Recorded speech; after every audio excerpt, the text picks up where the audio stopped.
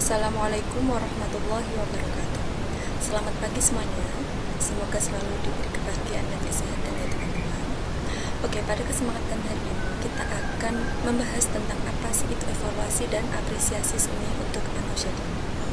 Oke teman-teman, kita akan membahas evaluasi terlebih dahulu. Seperti kita ketahui, evaluasi adalah kegiatan untuk menilai, mengevaluasi, mengasesmen terhadap kegiatan yang telah dilakukan, khususnya untuk anak usia dini.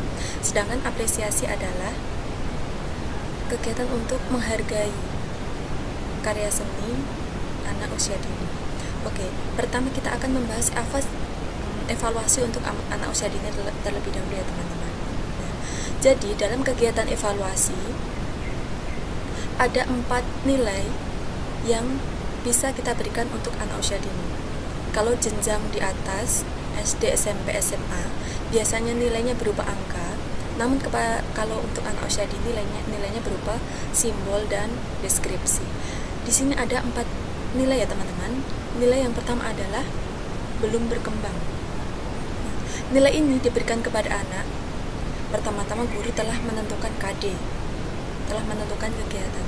Apakah anak tersebut sudah sesuai dengan KD atau belum? Ketika si anak belum mampu atau belum sesuai KD, misalkan kita menetapkan KD anak mampu menghargai karya seni, tapi ternyata umpamanya si A, ternyata anak si A ini belum mampu untuk menghargai karya seni temannya. Ketika temannya menunjukkan karya seninya, si A terlihat cuek. Itu kita memberikan nilai BB atau belum berkembang pada laporan penilaian. Nilai yang kedua adalah mulai berkembang. Guru memberikan nilai ini ketika si anak sudah menunjukkan tanda-tanda, misalkan tadi menetapkan KD untuk menghargai karya seni temannya gitu ya teman-teman. Si anak misalkan sudah menunjukkan antusias atau mulai melihat dengan kagum misalkan ya teman-teman, atau mulai mengangguk-angguk. Itulah artinya kompetensi itu sudah mulai muncul atau mulai berkembang pada anak. Yang ketiga adalah BSH atau berkembang sesuai harapan. Nilai ini diberikan kepada anak ketika anak sudah kemampuannya sesuai dengan kompetensi dasar yang telah kita tentukan. Misalkan dalam kegiatan mengapresiasi atau menghargai karya seni temannya, si anak sudah sudah mulai bertepuk tangan atau oh iya bagus sekali gambaranmu, seperti itu guru memberikan nilai BSH atau berkembang sesuai harapan. Nilai yang keempat adalah berkembang sangat baik, artinya kemampuan anak melebihi target KD yang telah kita tentukan. Misalkan ketika kita menentukan target tadi ya teman-teman, menghargai karya seni temannya, si anak menunjukkan perilaku yang wah bagus sekali, ayo bagus ya teman-teman, sambil mengajak teman-temannya untuk menyetujui, untuk mengapresiasi juga karya seni temannya itu. Itu kita memberikan nilai BSB atau berkembang sangat baik, artinya perkembangan anak melebihi dari KD atau kompetensi dasar yang telah ditentukan oleh guru. Oke teman-teman, dalam anak usia dini gitu ya teman-teman, ada 3 teknik penilaian atau biasa disebut dengan penilaian otentik. Kenapa otentik?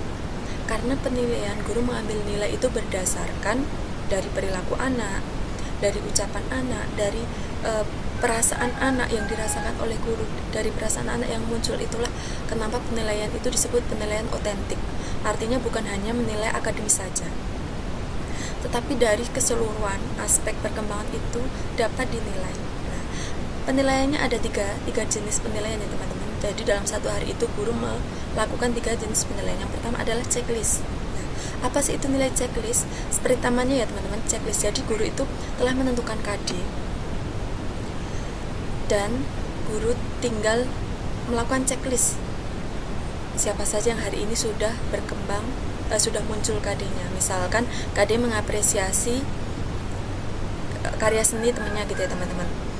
Si A sudah mulai berkembang, si B berkembang sesuai harapan. si C berkembang sangat baik seperti itu. Artinya KD telah ditentukan guru telah menyiapkan sebelumnya, tinggal nyentang-nyentang saja seperti itu, teman-teman. Nah, ini kegiatan checklist ini biasanya dilakukan pada saat kegiatan pembelajaran. Karena apa? Karena guru sudah merancangnya sebelumnya. Kegiatan pembelajaran juga tentu sudah dirancang sebelumnya. Jadi tinggal menceklis saja ya, teman-teman. Lalu yang dinilai apa? Aktivitas anak saat belajar, teman-teman. Lalu yang kedua adalah hasil karya atau portofolio. Nah, ini penilaian ini KD-nya telah ditentukan guru seperti checklist tadi. Nah, namun bisa muncul juga KD baru karena dalam hasil karya anak kita kan tidak tahu ya, teman-teman. Kadang anak itu menggambar sesuai yang diingin sesuai dengan tema hari ini. Kadang ada yang membuat kreasi lain gitu, teman-teman. Nah, tidak apa-apa muncul KD di sana. Misalkan hari ini adalah kegiatannya menggambar bebas, namun ada beberapa anak yang menuliskan namanya, menulis angka, seperti itulah, itu akan masuk ke KD yang lain. Nah, itu bisa muncul. Artinya misalkan si A sudah menggambar rumah, namun di sana ada namanya, ada dia menulis nama dan menulis angka 1 sampai 10 misalkan. Nah, itu kan tidak hanya KD mengapresiasi KD berkarya seni saja ya, teman-teman, namun juga muncul KD mengetahui, mengenal angka. Nah, itu tidak apa-apa dimunculkan di sana dalam lembar penilaian. Lalu kapan penilaian hasil karya ini dilakukan? Nah, penilaian hasil karya ini dilakukan setelah pembelajaran. Karena apa? Karena guru menilai hasil karya anak. Jadi hasil karyanya setelah anak itu belajar gitu, teman-teman. Setelah anak itu beraktivitas, beda dengan penilaian checklist tadi dilakukan ketika pembelajaran. Jadi sambil kalau checklist tadi ketika pembelajaran guru juga mengamati anak. Namun ketika hasil karya, setelah hasil karya yang dikumpulkan, nah biasanya setelah pembelajaran atau setelah pulang itu guru menilai satu persatu hasil anak seperti itu. Lalu apa saja yang menjadi bahan penilaian hasil karya ini? Selain hasil karya anak, misalkan hasil lukisan atau hasil finger painting, juga guru menilai tentang foto kegiatan. Karena misalkan anak bermain balok atau anak bermain di sentra balok, tidak mungkin kan guru itu menilai tanpa bukti gitu ya, teman-teman. Jadi ketika anak sudah selesai bermain balok, guru lalu memfotonya. Nah, foto itu di-print dan dianalisis.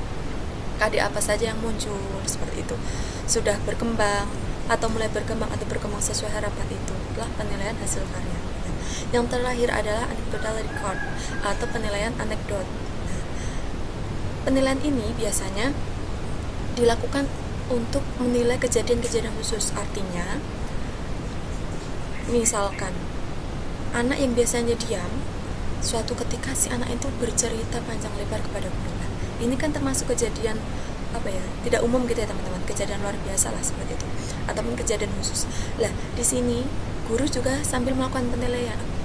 Kadang kan kita sambil mikir, oh ya, biasanya si fulan anteng gitu ya, teman-teman, tapi tumben hari ini dia mau bercerita sama temennya, mau bercerita dengan guru. Lah, itulah berarti perkembangan si anak itu sudah mulai meningkat, teman-teman. Jadi di sana lalu muncul KD baru. Kenapa muncul KD baru? Karena memang belum direncanakan sebelumnya.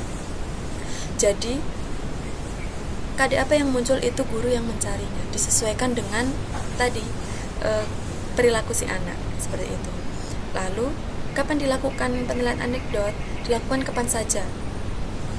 Jadi penilaian di lembaga PAUD itu menilai kegiatan anak, perilaku anak dari mulai anak masuk sampai di sekolahan, sampai anak pulang.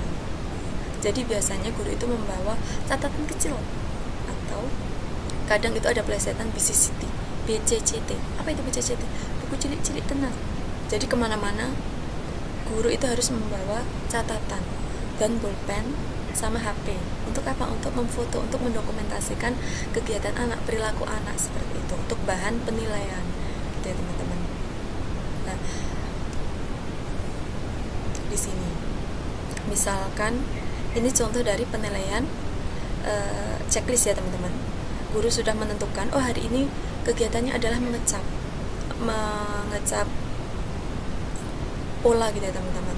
Nah, si anak sudah mulai menggunakan banyak warna, sudah memegang pensil dengan berdiri gitu ya teman-teman. Anak fokus lah, itulah disesuaikan dengan KD yang telah ditentukan, lalu di checklist. Oh, si A sudah mau memakai banyak warna, si B belum gitu. Kita lihat di checklistnya. Di sini dalam penilaian checklist, guru sudah menyiapkan lembarnya. Ada KI, ada KD, ada keterangan BB atau MB, BSA atau BSB. Masih ingat kan? BB belum berkembang, MB mulai berkembang, BSA berkembang sesuai harapan, dan BSB berkembang sangat baik. Jadi di KD, sikap spiritual, misalkan percaya adanya Tuhan melalui ciptaannya. Nah, di sini kita mengambil tema tanaman ya teman-teman. Anak membuat sesuai pola daun gitu ya teman-teman. Tidak ada yang semuanya sudah berkembang, artinya semua sudah berkembang sangat sesuai harapan gitu teman-teman. Si anak yang bernama Alfi berkembang sangat baik gitu teman-teman. Begitupun dengan nilai sikap sosial, KD, pengetahuan. Nah, kita langsung sama, diisi sama juga, disesuaikan dengan anak. Oke. Lalu di KD keterampilan, misalkan menyajikan berbagai karyanya dalam bentuk gambar. Nah, dalam KD ini, misalkan anak yang belum berkembang itu adalah Rara dan Nisa. Guru nulis di sana ataupun ditulis nama-nama anaknya yang belum berkembang siapa. Lalu Izam dan Dava mulai berkembang, sudah menunjukkan antusiasnya untuk melakukan kegiatan. Nah, di sini ada Lili dan Rina sudah melakukan kegiatan dengan baik. Nah, lalu berkembang sangat baik ada Alfi di sini. Nah, misalkan Alfi sudah membuat pola dengan baik, lalu ditambah hiasan-hiasan, itulah muncul guru memberi nilai berkembang sangat baik. Itulah contoh penilaian checklist gitu teman-teman. Selanjutnya penilaian anecdotal record atau penilaian anekdot gitu ya teman-teman. Misalkan pada hari tanggal 1 September anak yang bernama Nisa pada pukul 8 gitu teman-teman. Jadi harus dituliskan namanya, tanggal, waktu, dan tempatnya di mana. Misalkan area outdoor.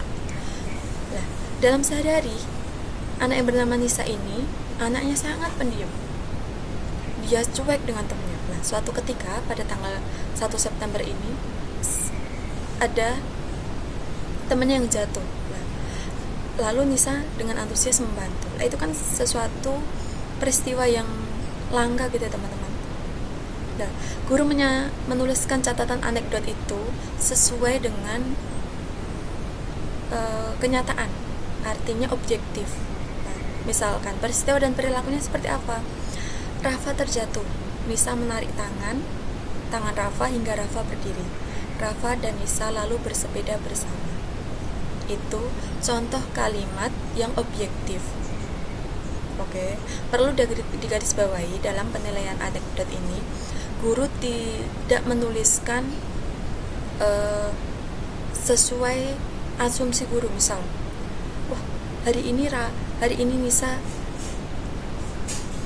menolong temennya, Rafa sangat senang. Nah, itu kan sangat senang itu kan asumsi guru ya teman-teman. Jadi guru dalam catatan anekdot ini menuliskan apa adanya kejadian di lapangan. Nah, itu pula ketika teman-teman menulis catatan anekdot ketika kegiatan seni gitu teman-teman. Nah, ini misalkan contoh hasil karya. Pada hari ini kegiatannya misalkan untuk kegiatan menggambar gitu teman-teman. Nah, dari hasil pengamatan dari hasil karya anak, misalnya pertama, sudah muncul bentuk persegi panjang, lingkaran, titik tebal gitu teman-teman. Yang kedua, anak menulis nama sendiri, menulis huruf-huruf, menulis angka 2, lalu menulis nama. Nah, ada nama temanku banyak lah.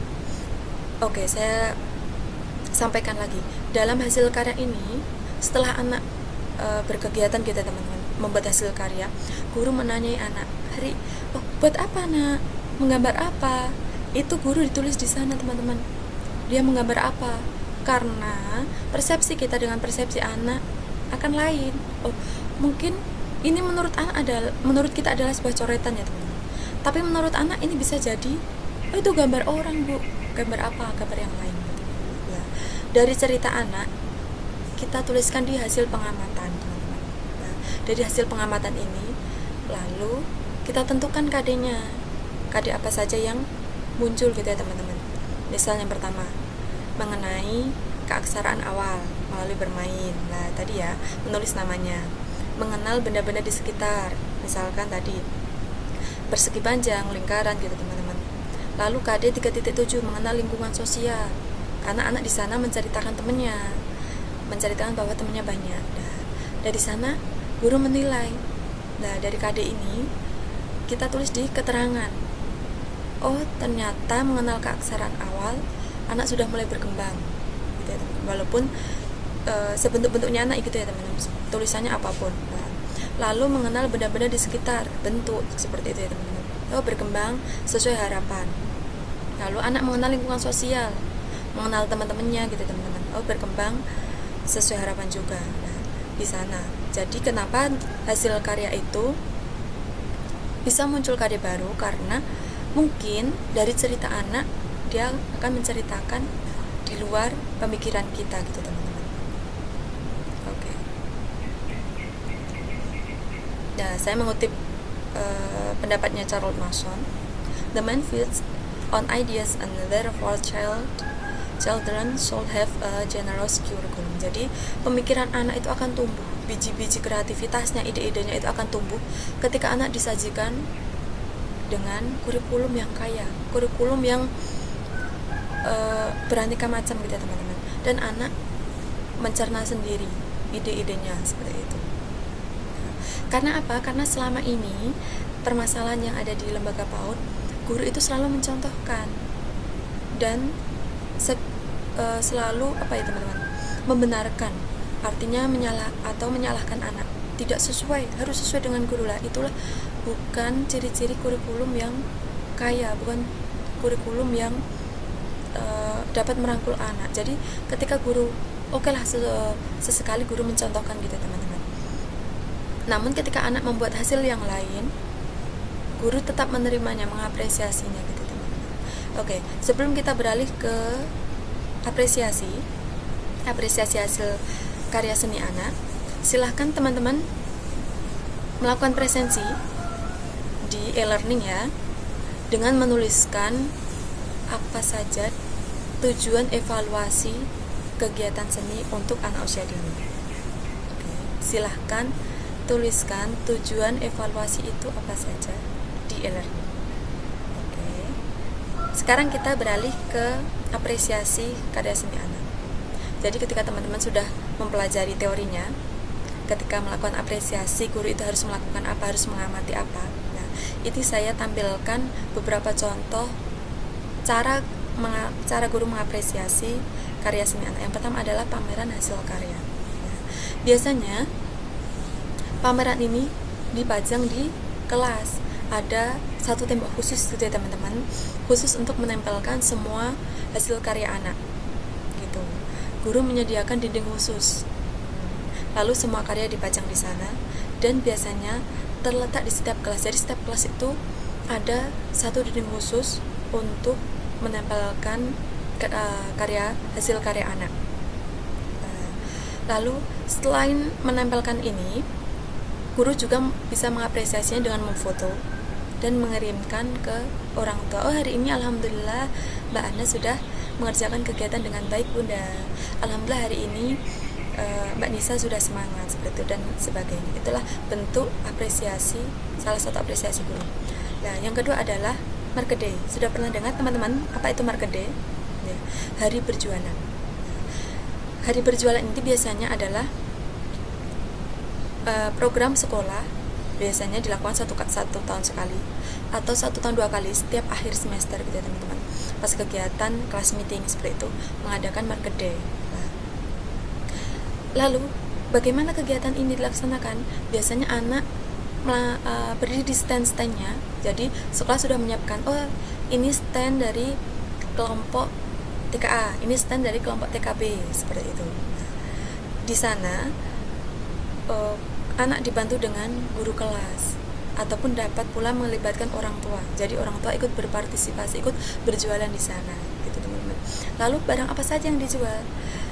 Bisa hasil karya anak, bisa makanan olahan sendiri. Jadi anak bekerja sama dengan orang tua membuat olahan di rumah gitu ya teman-teman. Lalu dibawa ke sekolahan untuk dijual di kegiatan market day ini. Nah, dengan karya anak dipajang di market day dan ada yang menawar gitu ya teman-teman, ada yang membeli, itu anak akan bangga. Oh, ternyata hasil karyaku ini disukai banyak orang ya, seperti itu. Itulah salah satu kegiatan untuk mengapresiasi seni anak. Nah, yang terakhir ini saya suka sekali. Jadi di sekolah di Jogja itu ya teman-teman, ada satu sekolah namanya adalah Salam atau Sanggar Anak Alam. Kalau teman-teman pernah dengar, di sana itu sekolah yang berbasis alam, murni alam. Jadi tidak ada guru di sana, namun ada tutor, gitu ya teman-teman.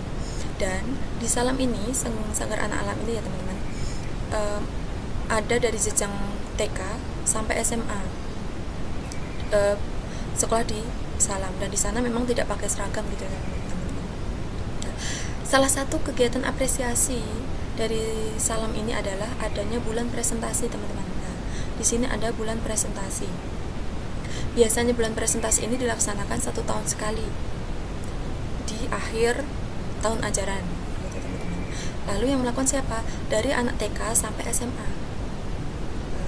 Jadi untuk anak TK itu biasanya pameran hasil karya anak. Jadi pameran hasil karya anak itu dipamerkan. Namun untuk anak SD, SMP, SMA itu mereka melakukan presentasi gitu. Jadi misalkan anak usia SD, mereka mengambil tema apa teman-teman? Layangan. Nah, si anak ini karena setiap anak ya teman-teman itu diwajibkan untuk presentasi.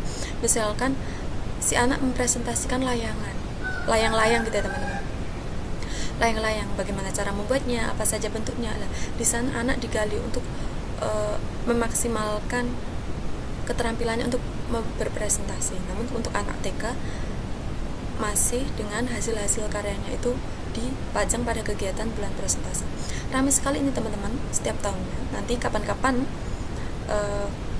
teman-teman silahkan main ke sana ketika bulan presentasi itu teman-teman.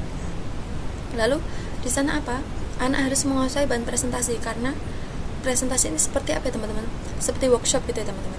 Jadi siapa saja boleh ke sana. Jadi memang mental anak itu diuji benar gitu ya teman-teman, untuk mempresentasikan tema yang telah diangkatnya gitu teman-teman, kepada tutornya, kepada temennya, ataupun kepada tamu-tamu yang lain yang datang ke sana gitu.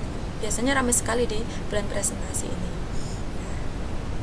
Silakan besok ketika teman-teman telah terjun di lapangan bisa menggunakan ketiga teknik tadi, karena memang dengan teknik apa ya teman, apresiasi ini, kegiatan apresiasi ini, anak akan lebih pede, percaya diri, anak akan lebih merasa dihargai gitu ya teman-teman, seperti itu. Oke, mungkin cukup sekian. Terima kasih banyak. Wassalamualaikum warahmatullahi wabarakatuh.